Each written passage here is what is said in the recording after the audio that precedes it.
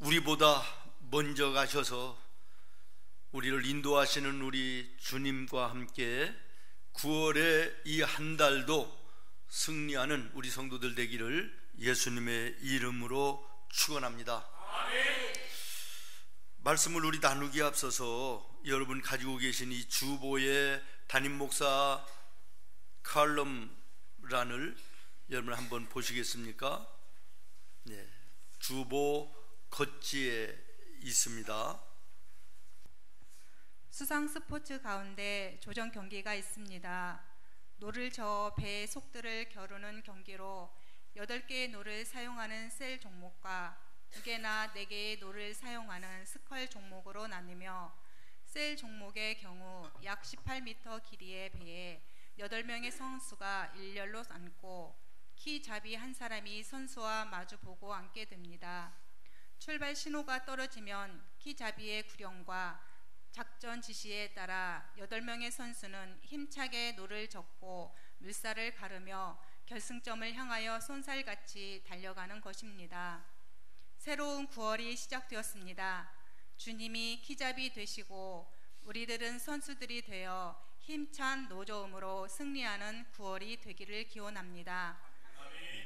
제자들이 베스다에 가기 위해 갈릴리 바다를 노저 갈 때 예기치 않던 폭풍이 몰아쳐 왔듯 우리 앞에 어떤 삶의 폭풍이 부딪혀 올지 아무도 모릅니다.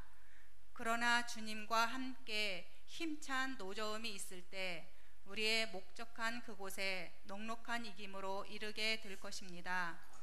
안심하라, 내니 두려워 말라는 말씀을 적극적으로 번역으로 말하면 용기를 내라, 내니 두려워 말라는 겁니다. 여기까지 읽겠습니다. 정말 우리 하나님께서 나와 여러분을 붙들어서 인도하시고 함께 하심으로 우리가 승리케 됨을 기억하시기를 바랍니다. 우리가 예배의 자리에 있다라는 것이 그 신앙의 고백이기도 하죠. 내 힘으로 살 수 있습니다. 내 능력으로 나는 문제 없습니다. 누가 도와주지 않아도 나는 할 수 있습니다. 그런 사람은 예수 믿을 필요가 없죠. 하나님도 필요 없는 것이고, 더더군다나 예배의 자리에 나올 이유도 없는 것이죠. 우리가 이 예배의 자리에 있다는 것은 나의 한계와 약함을 인정하고 전능하신 하나님을 또 인정하고 믿고 의지하기 때문인 줄로 믿습니다. 그 자를 우리 주님께서는 붙들어 주시는 것이지요. 우리는 흔히 내가 주님을 붙잡는다, 내가 주님을 믿는다 이런 생각을 하지만 사실은 반대입니다. 주님이 나와 여러분을 붙들어 주시는 것입니다. 그래서 나와 여러분이 이 자리에 있을 수 있는 것이고 예배할 수 있음을 기억하시기를 바랍니다. 성화 가운데 물에 빠져들어가는 베드로를 예수님께서 건져주시는 그림이 있습니다. 화면에 나오는 저 그림, 저 모습 한번 보십시오. 베드로가 예수님을 붙잡았습니까? 예수님이 베드로를 붙잡나요? 그렇습니다. 예수님께서 붙잡으시는 거예요. 그렇습니다. 예수님, 우리 주님의 손은 붙잡아 건져주시는 손이십니다. 여러분, 오늘 본문 말씀을 읽었는데 짧은 말씀이에요. 그런데 이 짧음 속에서 무려 3번씩이나 붙들어 주신다는 말씀이 나오는데요. 9절 말씀에 보면 내가 땅끝에서부터 너를 어떻게 하며 붙들며, 아멘.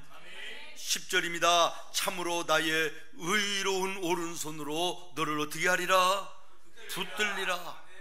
13절을 내가 너의 오른손을 어떻게 하고 붙들고, 우리 주님의 손은 나와 여러분을 붙드시는 손이며 우리를 위험에서 건져내시고 실패에서 붙들어 건져내시고 질병과 좌절 속에서 우리를 붙들어 건져내시는 믿음의 영화로우신 주님이심을 믿습니다.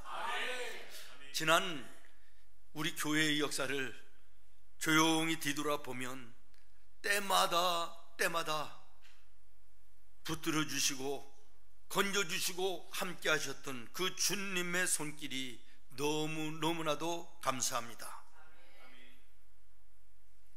뿐만 아니라 우리 인생 살다가 마음을 다쳐서 상한 마음을 가지고 상처로 힘들고 괴로울 때에 또 주님은 그 손으로 우리의 마음을 붙드사 위로하여 주시고 싸매어 주시고 그리고 일으켜 세워 새롭게 인생의 길을 걸어갈 수 있는 은혜를 베풀어 주십니다.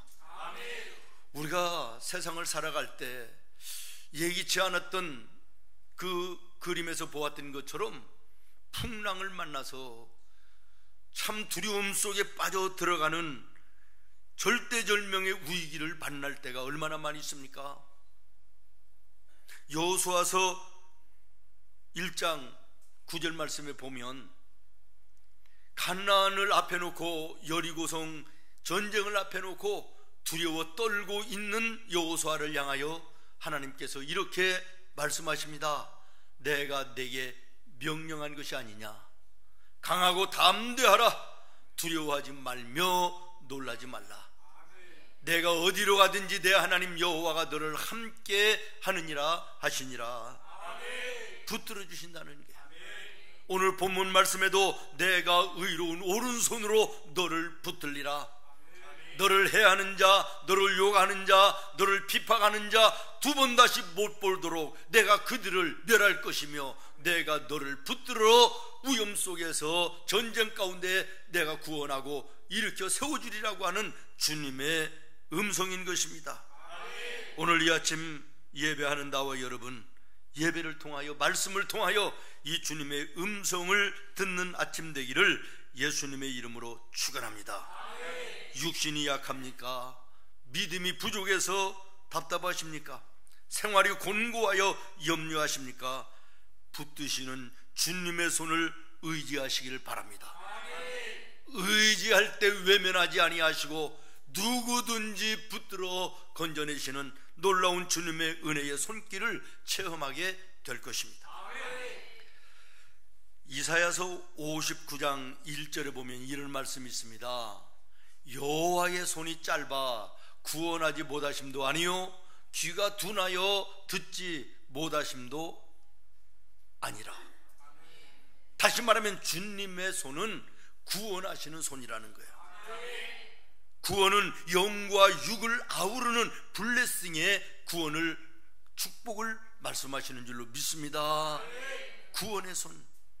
그런데 이 본문에 보면 여호와의 손이 짧아서 라는 말이 나옵니다. 다시 말하면 여호와 하나님의 손은 길다는 거지요. 무슨 의미입니까? 안 미치는 곳이 없이 우주 공간 어느 구석에든 그 전능하신 하나님의 손은 미친다는 거예요. 그래서 믿는 자를 구원하시고 새로운 인생길의 동행자가 되시는 놀라운 은혜의 약속을 말씀하시는 줄로 믿습니다. 그렇습니다. 여러분, 우리 인생의 구석구석에 주님의 긴 손은 안 미치는 곳이 없이 미쳐 우리를 구원하여 주시는 것입니다. 어머니의 손이 아무리 자상하다고 해도 미치지 못하는 부분이 있지 않습니까? 남편과 아내의 손이 아무리 사랑스럽다고 해도 내게 미치지 못하는 이런 곳이 있는 거 아닙니까? 그러나 주님의 손은 미치지 못하는 곳이 없는 줄로 믿습니다. 이 우주 공간 천상천하 어느 곳이든지 주님의 그 긴 손은 구석구석 찾아가시고 그 손으로 붙잡아 주시고 일으켜 세워주시고 건져내어 주시며 인생길 함께 해주시는 줄로 믿습니다. 지난 38년 우리 교회에 돌아온 모든 시간들을 돌아보면 그 주님의 긴 손이 안 미친 곳 없이 그때마다 함께 하심으로 부족함이 없이 은혜 가운데 여기까지 온 것이 얼마나 감사한지 모르겠습니다. 일꾼이 필요하면 일꾼을 긴 손으로 붙잡아 교회로 인도하여 주시고, 물질이 필요하면 예기치 않았던 누군가의 손을 통하여 그 긴 손으로 붙들어 사용하여 이 일을 하게 하셨던 우리 주님을 보게 되는 것입니다. 또 때로는 마음에 낙심하여 좌절하고 있을 때 그 긴 손을 뻗쳐 붙들어 주시고, 로뎀나무 아래에 엘리야를 붙들어 주셨던 그 사랑으로 종을 붙들어 주시고 교회를 붙들어 주시고 여기까지 인도하여 주셨습니다. 오늘다가 여러분이 정말 예수를 나의 구주로 믿고 그 전능하신 하나님을 마음으로 의지하는 믿음의 사람이라면 하나님께서 절대로 여러분을 놓지 아니하시고 붙드시고 걸음을 인도하여 주시는 것입니다. 이사야서 46장 4절 말씀에 너희가 노년에 이르기까지 내가 그리하겠고 백발이 되기까지 내가 너희를 품을 것이라. 내가 지었은즉 내가 업을 것이요 내가 품고 구하여 내리라. 나와 여러분을 지으신 분이 하나님이십니다. 그것을 인정하고 믿는 자가 성도인 것입니다. 이 성도는 하나님께서 업어주시고 붙들어주시고 품어주시며 주님 앞에서는 그날까지 인도하여 주심을 약속하고 계신 것입니다. 그 다음에 마가복음 10장 16절에 보면 그 어린아이들을 품에 안으시고 어린아이들 위에 손을 얹어 안수하시며 어떻게 하셨더라? 축복하셨더라. 그렇습니다. 주님의 손은 축복하시는 손입니다. 요한복음 6장 11절에 보면 예수께서 떡을 가져 어떻게 하신 후에 축사하신 후에 축복하셨다는 거예요. 축복하신 주님의 손은 축복하시는 손입니다. 누가복음 24장 50절 말씀에 보면 승천하시는 예수님을 보기 위하여 모여온 많은 무리들을 향하여 예수님 그들을 향하여 손을 들어 그들에게 뭘 하셨다고요? 축복하시더니. 그렇습니다. 우리 주님의 손은 축복의 손인 것입니다. 이 축복은 영혼의 구원뿐만 아니라 우리의 육신의 구원까지 모든 것들을 아우르는 블레싱의 축복임을 기억하시기를 바랍니다. 저는 모쪼록 예배하는 생문의 모든 성도들이 블레싱의 축복이 임할 수 있기를 바라고 그 축복을 누리며 살기를 예수님의 이름으로 축원합니다.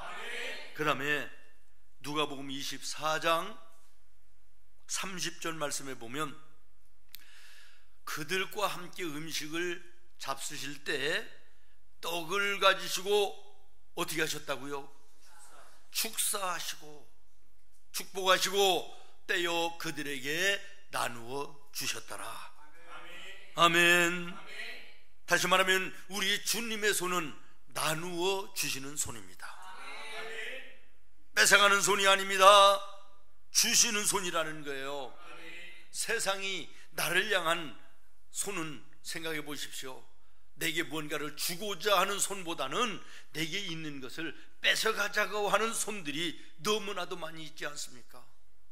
그러나 우리 예수님은, 우리 주님은 나누어 주시는 손으로 우리에게 손을 펴시는 것입니다. 심지어는 결국에는 당신의 생명까지도 십자가에 못 박아 우리에게 나누어 주심으로 우리가 죄사함을 입고 구원받은 하나님의 자녀가 되는 놀라운 은혜를 누리는 줄로 믿습니다. 그러므로 오늘 우리도 이제는 더 이상 받기만을 원하는 신앙이 아니라 받은 바 구원과 받은 바 삶의 모든 것들, 있는 것들로 나누어 주며 사는 손으로 살 수 있는 여러분 되기를 바랍니다. 이것이 구원받은 성도의 마땅한 모습이며 우리를 구원하신 예수님께서 우리에게 명령하신 명령입니다. 주라, 주라. 그리하면 내가 줄 것을 너에게 풍성하게 안겨주겠다. 어떤 모습으로 후하게 되어 누르고 흔들어 넘치도록 해서 너에게 안겨주겠다고 말씀하십니다. 우리는 늘 나는 사랑받기 위해 태어난 사람 찬양합니다. 이제는 그 찬양 그만하시고 이미 받은 그 사랑인데 이제는 내가 받은 사랑을 나누어주는 삶을 살아야 되지 않겠습니까? 기도에 무릎을 꿇기만 하면 주시옵소서 주시옵소서 날마다 이 기도가 이제는 그만되어지고 받은 바 은혜 돌아보면 너무나도 많은데 받은 그 은혜를 우리도 이제는 나누어주는 손으로 살아야 되지 않겠습니까? 꾸이러 다니는 손으로 사는 자가 아니라 나누어주며 사는 자의 손으로 사는 나와 여러분의 남은 인생이 되어지기를 예수님의 이름으로 축원합니다. 주님의 손은 나누어 주시는 손입니다. 오늘 이 아침 주님께서 당신의 몸을 우리에게 떡을 통하여 나누어 주실 것입니다. 오늘 이 아침 예수님께서 당신의 피를 이 포도즙을 통하여 여러분에게 나누어 주실 것입니다. 그 나누어 주신 사랑으로 우리는 죄사함을 입고 구원받은 하나님의 자녀들이 됐습니다. 이 거룩한 성찬 앞에 정말 주님의 보이지 않는 나를 향하여 뻗쳐 나를 품어 안으시는 그 손을 바라볼 수 있는 은혜가 있기를 예수님의 이름으로 축원합니다. 성찬 예식을 이제 거행하려고 합니다. 여러분이 가지고 있는 그 믿음 하나님 앞에 고백하는 시간이 되기를 바라고 떡을 받고 잔을 나눌 때 나를 위하여 생명을 나누어 주신 그 예수님의 손을 볼 수 있기를 예수님의 이름으로 축원합니다. 떡을 떼어 나누어 주시면서 이것은 너희 위하여 찢긴 내 살이다. 잔을 나누어 주시면서 말씀하시기를 이것은 너희의 죄를 씻어주기 위한 내 십자가의 피라고 말씀하십니다. 내가 다시 오는 그날까지 이것으로 나를 기념하라고 명령하셨기에 오늘 우리는 떡을 떼며 잔을 나눕니다. 이 성찬 예식은 예수님을 내 마음에 새롭게 품는 은혜로운 예식입니다. 이 마음에 품은 예수를 여러분의 삶의 현장에서 나타내야 되는 것입니다. 전도지가 되기를 바랍니다. 편지가 되기를 바랍니다.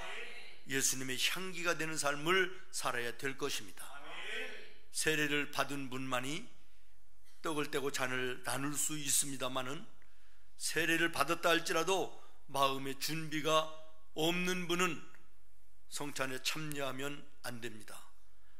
2번 죄를 먹고 마시는 죄가 되기 때문이라고 예수님이 말씀하셨습니다. 또 하나 세례를 받지 않았다 할지라도 나는 예수님을 나의 구주로 영접하고 오늘 죽어도 예수를 믿기 때문에 하나님 나라의 천국에 간다고 하는 믿음의 마음에 확신이 있는 사람은 세례를 받지 않았어도 성찬에 참여할 수가 있는 것입니다. 기도하는 마음으로 처음부터 끝까지 이 성찬의 예식에 참여하는 우리 성도들 되어지기를 예수님의 이름으로 축원합니다.